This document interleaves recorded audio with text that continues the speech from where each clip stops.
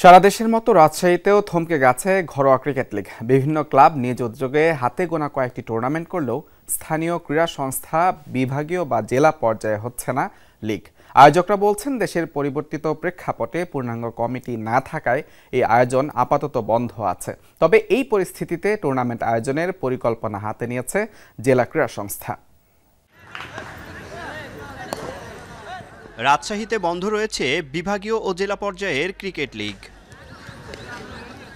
প্রশিক্ষকরা বলছেন, লিগ থেকে বেরিয়ে আসে প্রতিভাবান সব খেলোয়াড়, কিন্তু বর্তমানে সেই পথ বন্ধ। নিয়মিত প্র্যাকটিস করলেও তাই হতাশায় খেলোয়াড় ও ক্লাব সংশ্লিষ্টরা। রাজশাহীতে এখন এত একাডেমি আছে, হাজার হাজার প্লেয়ার প্র্যাকটিস করে, কিন্তু খেলার সুযোগ কারণ লিগ নাই। বর্তমানে রাজশাহীতে অনুমোদিত ক্লাব রয়েছে 126টি, আর সদস্যপদ রয়েছে 250টি ক্লাবের। সাবেক ও বর্তমান ক্রিকেটাররা জড়িত আছেন এসব ক্লাবের সঙ্গেই। তারা বলছেন, লিগ আয়োজনের এই শূন্যতা প্রভাব ফেলবে নতুন খেলোয়াড় উঠে আসার প্রক্রিয়ায়। লিগে তো নতুন নতুন প্লেয়ার দেখব, নতুন নতুন ক্লাব নতুন নতুন প্লেয়ার নিয়ে আসবে, সেগুলো থেকে বাছাই করে ট্রেনিং করানোর ব্যবস্থা করতে হবে। আমরা কিন্তু রাজশাহীতে আগে 7টা থেকে 9টা টুর্নামেন্ট খেলতাম, এখন কিন্তু ওভারঅল ওই টুর্নামেন্টটাই হয় না। আপনি কি জেলা ক্রীড়া সংস্থা চেয়ারে বসার জন্য আসছেন? যে আমি চেয়ারটা পেয়ে গেছি, একটা পোস্ট পেয়ে গেছি, একটা সমিতির প্রধান হয়েছি, বাস এটা করলে হবে না, আপনার কাজটা করে দেখাতে হবে।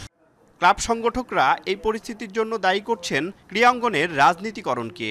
তাদের অভিযোগ, প্রকৃত সংগঠকদের বঞ্চিত করার কারণে ক্রীড়া সংস্থা দিন দিন দুর্বল হয়েছে, যে কারণে ক্রিকেট লিগের মতো গুরুত্বপূর্ণ আয়োজনও থমকে গিয়েছে।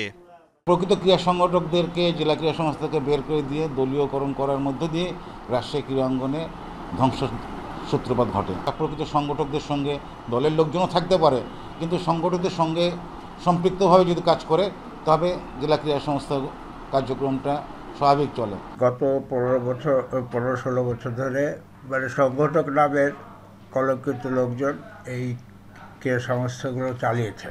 সেই সময় আসলে তারা খেলাধুলার পরিবর্তে তারা নিজেদের পকেট ভারী করাতে ব্যস্ত ছিল। ক্রীড়া সংস্থার দায়িত্বশীলরা বলছেন, এই সমস্যা শুধু রাজশাহীর নয়, সারা দেশেই পূর্ণাঙ্গ কমিটি না থাকায় লিগ চালানো সম্ভব হচ্ছে না। সেই কারণে নতুন করে টুর্নামেন্ট করার পরিকল্পনা নেওয়া হয়েছে, যা অল্প সময়ের মধ্যে বাস্তবায়ন হবে। সুনির্দিষ্ট নির্দেশনা পাইলে অবশ্যই আমরা লিগ করব। আপনি শুধু রাজশাহীতে না, সারা বাংলাদেশের কোনো জেলাতেই লিগ হচ্ছে না, সেটা আমাদের প্রবলেম না। রাজশাহী জেলা ক্রীড়া সংস্থায় আপাতত 7 জনকে নিয়ে অ্যাডহক কমিটি করা হয়েছে, যা প্রয়োজনের তুলনায় অপ্রতুল বলে দাবি কর্মকর্তাদের। তারা বলছেন, শুধু ক্রিকেট লিগ নয়, এই পরিস্থিতির প্রভাব পড়েছে পুরো ক্রীড়াঙ্গনেই। তারেক মাহমুদ, যমুনা নিউজ, রাজশাহী।